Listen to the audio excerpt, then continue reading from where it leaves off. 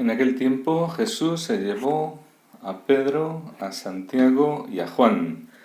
Subió con ellos solos a una montaña alta y se transfiguró delante de ellos. Este momento de la transfiguración, un pasaje conocido, relatado por los tres evangelios sinópticos, Mateo, Marcos, Lucas. ¿Qué significa? Porque es un hecho singular y solo ocurrió una vez, va a ocurrir más veces, tiene algo que ver con nosotros, no tiene nada que ver, es simplemente una manifestación de la divinidad de Jesucristo, quiere decir algo más. Bueno, primero tenemos que entender que nada ocurre aisladamente. La revelación es un camino de encuentro y conocimiento progresivo de la verdad completa. La verdad es Cristo. Y Cristo, y la palabra entera, las profecías del Antiguo Testamento, y Cristo en su plenitud, van revelando todas las cosas y van anunciando lo que va a ocurrir. Y muchas cosas de las que han ocurrido ya son también en sí mismas un anuncio de otras que ocurrirán en un futuro. Todo nos habla de un sentido. Por ejemplo, cuando Cristo le promete a Natanael, San Bartolomé, que verá cosas mayores, y le dice: verás el cielo abierto y a los ángeles de Dios subir y bajar sobre el Hijo del Hombre. ¿De qué le está hablando? ¿Se cumplió? Natanael en su vida lo vio, sí, porque estaba presente en el momento de la ascensión del Señor. Y ocurrió exactamente eso. Pero eso no es esto, no es la transfiguración, y tampoco estaba Natanael en este momento, estaban Pedro, Santiago y Juan como testigos, ¿verdad? Entonces, ¿será que esto lo anunció el Señor en algún momento, en algún momento de convivencia con sus discípulos, que a uno le dice, pues va a ocurrir esto, verás esto? Pues sí, porque en los tres evangelios sinópticos, nuevamente, hay un anuncio que hace Jesucristo en que dice: algunos de los aquí presentes, no dice todos sus discípulos más próximos, dice: algunos de los aquí presentes no gustarán la muerte sin que suceda algo. Es decir, algo que iba a ocurrir antes de que muriesen. Y sabemos que todos murieron, martirizados la mayoría, y San Juan pues murió de otra manera, ¿verdad? De muerte natural, pero todos murieron. Antes de su muerte, ¿qué tenía que ocurrir importante que el Señor profetizó? Entonces, en cada evangelio da una nota un poquito particular, un poquito especial de ese hecho que tenía que ocurrir. Y viene a decir lo siguiente. Por ejemplo, el Evangelio de San Mateo dice: algunos no gustarán la muerte, os aseguro que entre los aquí presentes hay algunos que no gustarán la muerte, hasta que vean al Hijo del Hombre venir en su reino. Es decir, algo muy importante iba a ocurrir y que tenían que contemplar algunos, y que tiene que ver con el reino que Cristo anunciaba y al Hijo del Hombre en su reino. San Marcos: hasta que vean venir con poder el reino de Dios. Otra forma un poquito distinta de decir lo mismo: venir con poder el reino de Dios. San Lucas: hasta que vean el reino de Dios. Lo mismo. Habría un momento en que contemplarían, verían con sus propios ojos todo lo que Cristo estaba enseñando, profetizando, anunciando en su plenitud. La plenitud del reino de Dios, que está relacionado con el poder, ver venir con poder el reino de Dios, y está relacionado con Jesucristo, al Hijo del Hombre venir en su reino. Muy bien, porque el centro del reino de Dios es Jesucristo, su Rey. ¿Y esto cuándo ocurrió? ¿Será que ocurrió acaso en este momento, en la transfiguración? Porque no ocurrió en Pentecostés, evidentemente, ni en la ascensión del Señor, evidentemente. Eso fue cumplimiento de otras profecías del Señor, ¿verdad? En Pentecostés les dijo que se quedasen orando unánimes en Jerusalén hasta que viniese el poder de lo alto, el Espíritu Santo prometido. Pero esto no es eso. Es ver venir el reino en poder, el reino al Hijo del Hombre en su reino. Muy bien. ¿Y qué contemplaron en ese momento de la transfiguración? Contemplaron a Jesucristo en poder y gloria, y todo transformado a su alrededor, hasta el punto de que San Pedro, no sabemos qué estaría viviendo, experimentando y contemplando, pero lo que alcanza a decir de forma titubeante es: qué bueno es estar aquí. Señor, esto es muy bueno. Esto es muy deseable, esto es glorioso, esto es precioso, esto es una maravilla.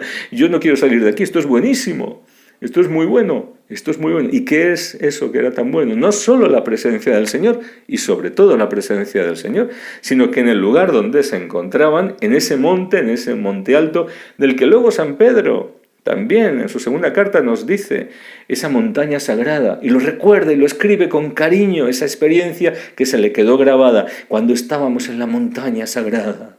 Y habla de ese momento de la transfiguración, lo que vieron sus ojos en aquella montaña.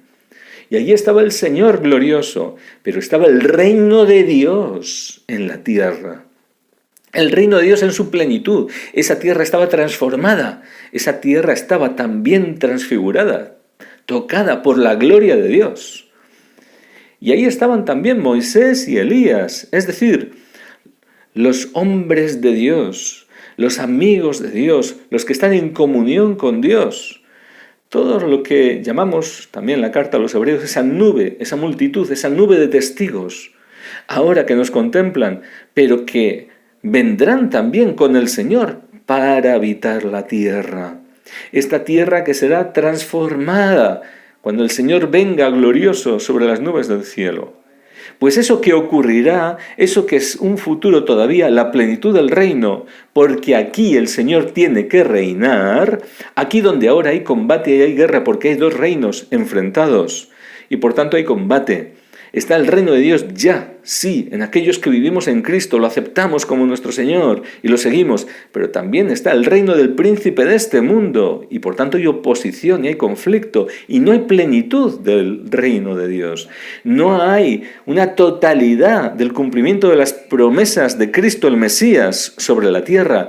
Todavía estamos en un valle de lágrimas, todavía esto no es un remanso de paz, de gozo.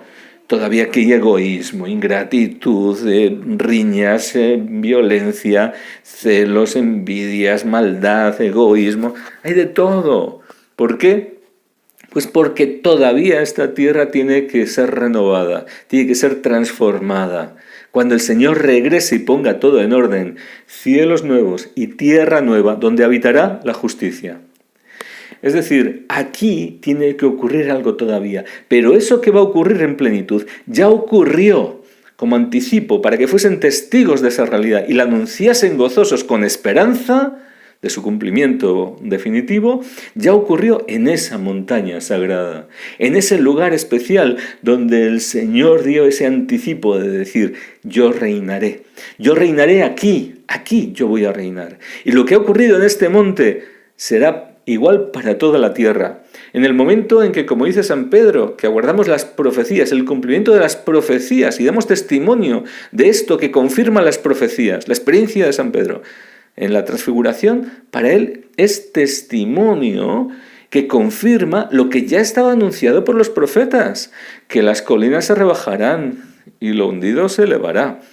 Y que toda la tierra estará llena del conocimiento de la gloria del Señor, como las aguas cubren el mar.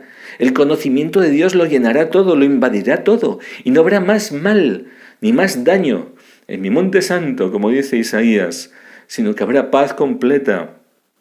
Pues bien, el reino de Dios en la tierra, aquí donde ahora hay enemigos, pero aquí tienen que ser sometidos y Cristo tiene que reinar aquí mismo donde ahora están esos enemigos, porque serán colocados bajo sus pies, como escabel de sus pies, para Él reinar sobre todo, con un reino eterno.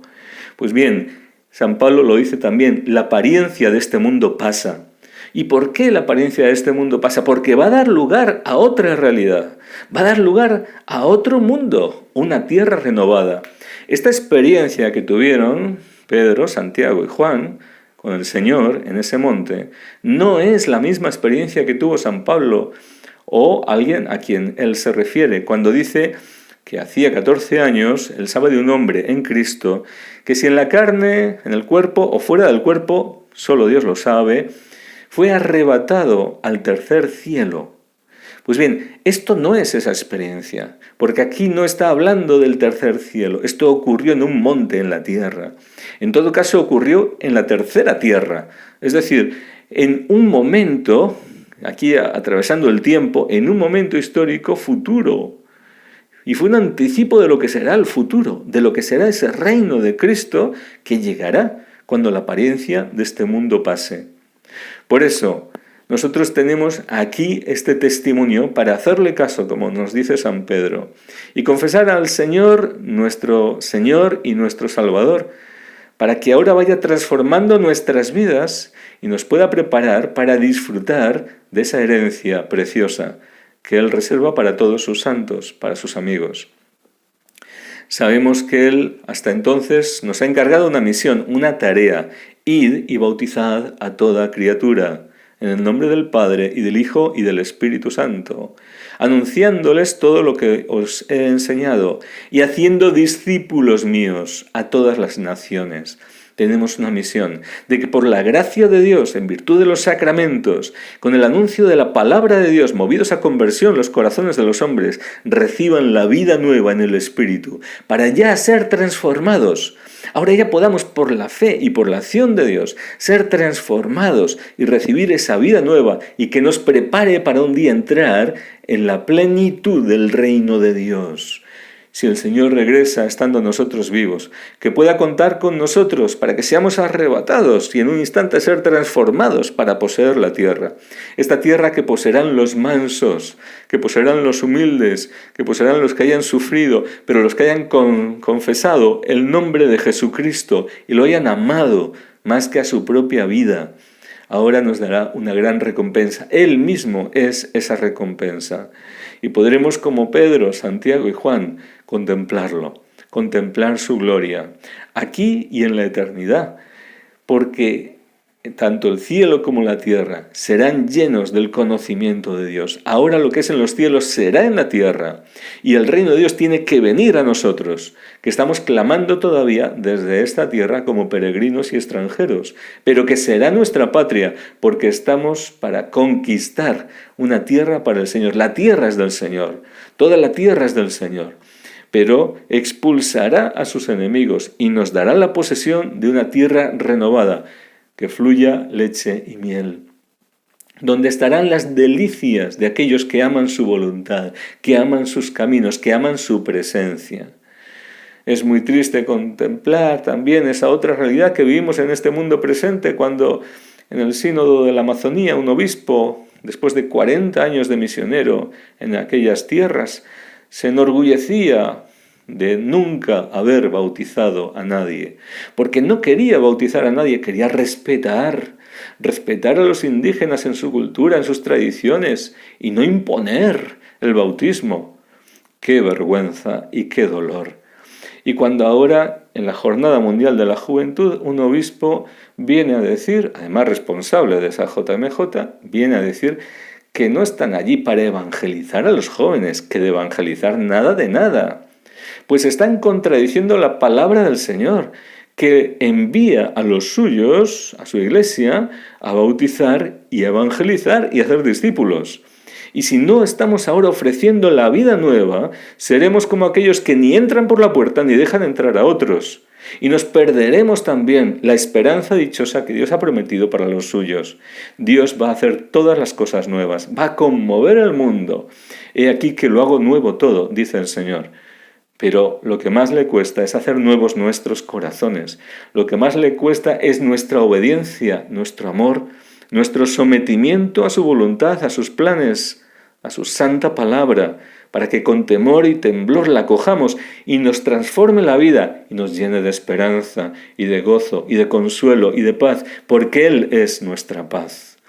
Dios mismo nos ha visitado y ahora nosotros, los hombres, buscando nuestros planes, nuestros intereses, nuestros caprichos, y ahí seguimos en la carne, con el corazón lleno de amargura, de tristeza, de falta de paz, de egoísmos, de intereses, de toda clase de frutos de la carne.